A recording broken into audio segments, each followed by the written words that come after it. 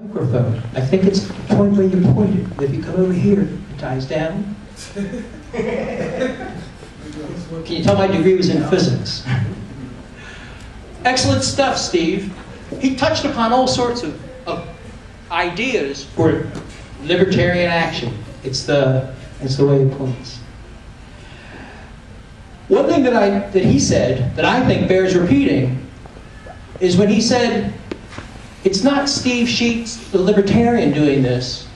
It's Steve the guy. Just this guy. Libertarianism doesn't enter into it. And it goes back to what Jim said, is that your very actions display your principles. It's a way of life. You're saying that I'm going to take responsibility for my life. I'm going to live my life my way, and I'm going to respect that right in other people. If I see something wrong, something that's going to help me, the community, I'm going to make sure that it gets done. And he touched upon another one that rang a chord in me, well, with what Manuel was saying. If you have a problem with the government, go up and hit them with it. You know, maybe it's something amicable. When you hit them with it, they comply.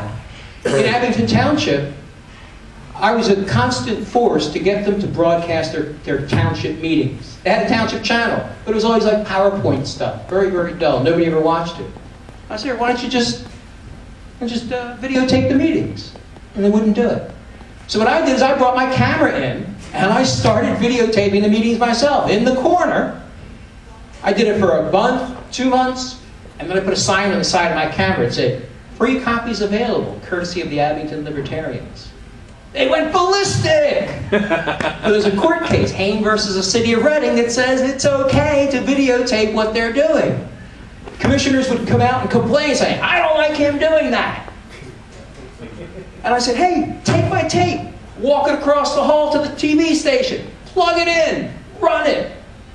And after 2-3 years of trying, they finally started holding meetings. My own township commissioner, he's a Republican guy, but he scores like an 80-80 on the Nolan quiz. So he's actually a very, very libertarian guy. He and I work together. And today, they are doing that. They're taping the meetings and they're broadcasting them almost live. Steve, you had a question? Yes, what's the Nolan quiz? Oh, the Nolan quiz. So that's a good question. Let me give a very quick answer. The Nolan quiz is a way of determining someone's political thinking. Most people think in terms of the two-dimensional line. You're either on the left, on the right, or in the middle. But that's not the way that the political spectrum is set up. It's more of a diamond. It's still got a line across the middle with the left and the right. But the axes on there, the left and the two sides of the diamond, they're graduated in terms of, on one side, personal liberty, and on the other side, in terms of economic liberty. Those people who think they should have a high degree of economic liberty, but a low degree of personal liberty, are on the right. Now I know I'm painting with a broad brush here. Low economic liberty and a high degree of personal freedom, you're on the left. But we libertarians are different because we believe in personal freedom and economic freedom. We believe in freedom all the time. So the Nolan chart is a diamond. It's not just a regular left-right spectrum. It's up and down and left and right. And of course, the people at the bottom, they believe in no economic liberty, no personal liberty. They're the Adolf Hitlers of the world, the Mussolinis, the Tom Stevens. I thought you were going to say Obama. But we'll leave that go. Ed. I think we had an online question come in. An online question, great. When we were dealing with the TSA, and the question was, what advice could you offer to dealing with a false arrest by law enforcement? What advice can you offer to dealing with a false arrest by law enforcement? No, don't shoot them. No, the best thing is the blinding white light of publicity, in my opinion. And you know, that would be a good question that we should bat around at the roundtable later on. Because if you show the public exactly what it is that's being done, especially if it's a false arrest, put out the facts before a candid world and let them see for themselves what it is. A lot of times you'll embarrass them. I saw this on one of the lists recently. Somebody posted something that was absolutely false. They said that one person said another thing, and it was verifiably false. And another member of the list scratched his head and said, I was there. That never happened. And so-and-so else was there, and they know what happened too. And I don't want to name names or anything like that, but the blinding white light of publicity made it easier to find out the truth. Save that question, because we'll come back to that when we get to the Libertarian Roundtable toward the end. All right. Thank you, Steve. Good stuff. And thank you, Manuel, for that little vignette as well. Our next speaker has several vignettes. He's a Toastmaster as well. You can tell I like Toastmasters. He's also the past Eastern Vice Chair of the Libertarian Party of Pennsylvania. So not only is he a grassroots activist, he's a statewide official as well. And he's a blogger. He blogs under the title of the International Libertarian. He's been doing this for several years. A lot of good stuff in there. His latest project is something called Come Home America, which is a politically neutral peace movement. Now, usually the peace movements are associated with folks on the left. Well, what about the rest of us? Darren has taken that to heart. He had started up his own organization, but he found out that there was a larger group doing the exact same thing. So he's merged two organizations together, and he's working for peace with non-libertarians. He's a model for all of us to follow. But he's here today to talk about something a little more pointed, pardon the pun, gun buybacks. Please join me in welcoming Darren Wolfe.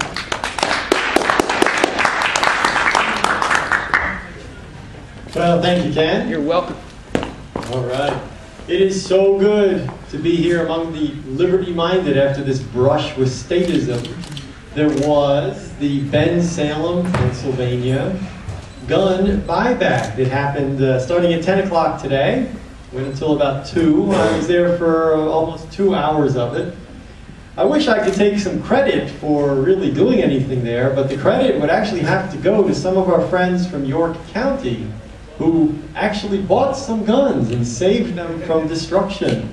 So I'd like to urge a round of applause for the people who actually saved some guns. The whole adventure for me started, I pulled up a little bit early and I was actually on the wrong side of their township building, and I see the mainstream TV media doing an interview with a man. As I got closer, I recognized him as the Bensalem public safety officer. Boo. Yes, he doesn't seem to deal well with public safety because his thugs are out there doing all kinds of things. But anyways, I digress. He was doing an interview talking the usual stuff about we're doing this for public safety, that you know, when people break into houses they steal guns and then the guns are used in crimes. And I thought, okay, that's a typical line that they use. As he got done with his interview with the mainstream media, he agreed to be interviewed by yours truly on the camera that's filming me right now.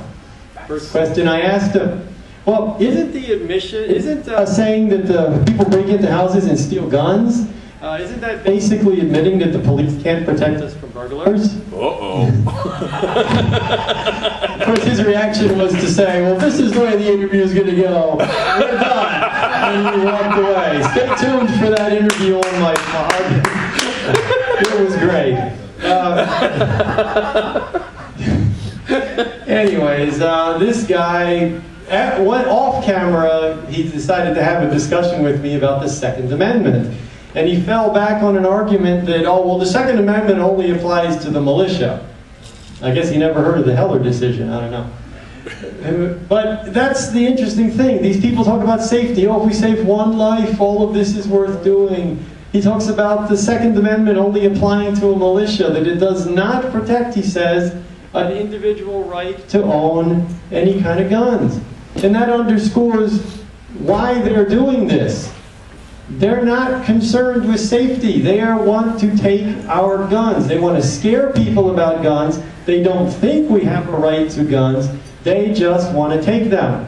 The point was made in another interview with Rob Pepe, all of us locally know. He's a constable in, I forget, what township is he? Yes. Yes. He's a constable, yes, okay. In his local township, I don't know. Anyways, the thing is, he did an interview and he talked about that. He did a great job. he mentioned that this is just the beginning. These gun buybacks might be voluntary now, but they set up the infrastructure that could be used for mandatory turn-ins. And this is something that we definitely don't want to lose sight of. So it's the importance of going to things like the gun buybacks, stopping the guns from being destroyed, making it not worth it for the authorities to do these things. Well, to the credit of the people that were at this gun buyback, despite police harassment, and stay tuned for that video on my blog also, there was a cop who came out. He was angry. You could almost see the steam coming out of his ears. He was talking about, you guys can't actually buy guns or sell guns here. If there's any exchange of money, you're going to get cited. Said something about needing to get a license to solicit on the town. He said you need a license to solicit, but then he turned around and said, but if you go off of the township property, you can do this. And to me, it didn't completely make sense. But anyways, one of the things that he did was, he said, oh, I work narcotics. He says, you better not put me on TV. I guess he never heard of YouTube, I don't know. But anyways, it's been said he threatened people with arrest. I heard him just say, I'm going to come looking for you. I don't remember him saying anything about arresting people. He said it would be cited if they bought or sold guns. Anyways, the event went on nicely. By the time I left, and I might ask for an update from people that were there for almost the whole thing. By the time I left, I understood about 12 guns had been saved. Were there more? 30, over 30. 30? Okay.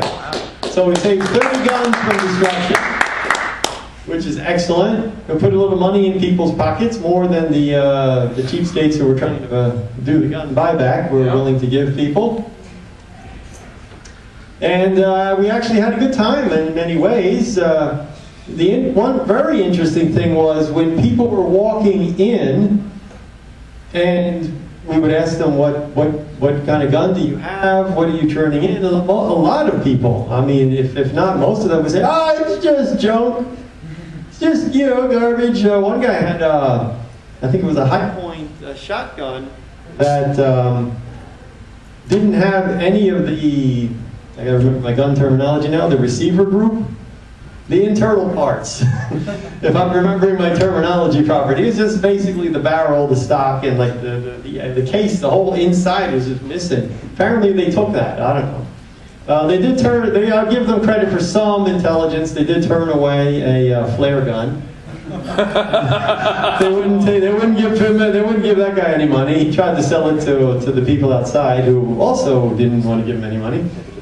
So it was an interesting day, and fortunately the event happened without any arrests or anything really going wrong.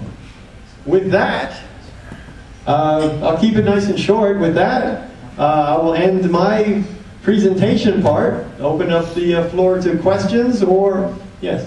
Where can people find your blog? That's the best question I've ever heard so far today. It is the International Libertarian. So it just as one word, the International Libertarian.blogspot.com. So the International Libertarian.blogspot.com. Thank you, Steve. Great question. Any other questions? Ken? When the officer said, oh, you need a permit, but you went ahead and were buying guns anyway, there was no follow-up? Well, what people had to do was walk off of the township property, and then they could conduct their business somewhere else. That's why I'm saying I'm not really sure what he was getting at. I mean, is it possible that you need a permit to do this on the actual township buildings property? Maybe, I don't know. Or is it that there is an ordinance in the town that says you need a license to do solicitation, so it wouldn't make sense to order people off the property. I'm really not sure what he was getting at. Yes, Jim? Did the police have a permit, or were they also in violation of their township policy? Well, I'm going to go out on a limb here because I didn't really research that topic. But I would say that if they had a permit, I'd be very surprised. They are, after all, the police, and who's going to arrest them if they don't have the right permits? I don't see how they could really have had a permit.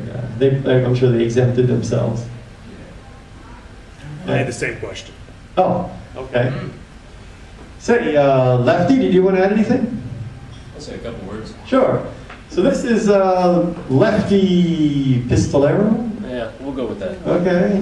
That's good for today. Who was actually there. So, round of applause for Lefty.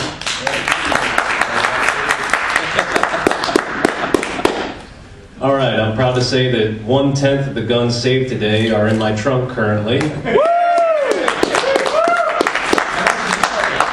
We got 3, so 3 of the 30.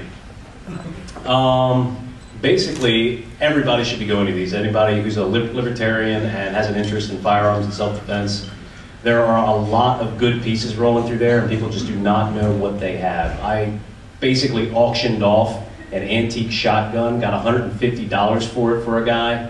It was beautiful. It was from London, laminated steel, just etchings in the sides going all the way up the barrels, hammers, just exquisite piece of work, and going for pennies of what it would sell for in an actual armory. So I caught an old woman walking up through the cattle chute that they set up, you know, to try to keep them separate from us. This woman had no idea what she had. She had a brand new .22 rifle. Sticker still on it. Never been fired. Beautiful, pristine condition. It's in my trunk. $70. But as libertarians, I know we're all personally motivated to do things. So whatever your motivation, if you're going to put it on Craigslist, I don't care. Save these guns. They are definitely worth something. They're valuable. They're a commodity. Get your hands on them. Go to these gun buybacks. Do whatever you can. Any questions anybody has for me? What's up, Steve? How many of these gun buybacks have you personally attended? This was my first, but it was a pretty awesome experience. I gotta say, I'm looking forward to the next one. I hope they hold them in York soon. Then the police will be operating an illegal gun store because you can't have a gun store in the city. Yeah, well, actually, I think that's with the Residential Development Authority. Redevelopment Authority, yeah. They put that crap in there now. Little ways to twist the laws so future generations can't do anything. Anybody else? All right. Nice job. Yeah. Round of applause for Lefty here. Yes. You know, I'd like to address Steve's question about other gun buybacks, because we did protest one in Phoenixville, Pennsylvania, back in November. Yes, Ken was there. Ken Fisher, that is. And it was an interesting experience because I counted about 4 guns turned in. It was real, you know, Snoozeville there. So we were very happy in that nobody was turning in any guns. Matter of fact, we got to knock off early and go hang out, have lunch and all. So that was a good experience for us. Hopefully other gun buybacks will go the same way. Okay, that's about it for me, unless anybody has any other questions. Very good. Thank you.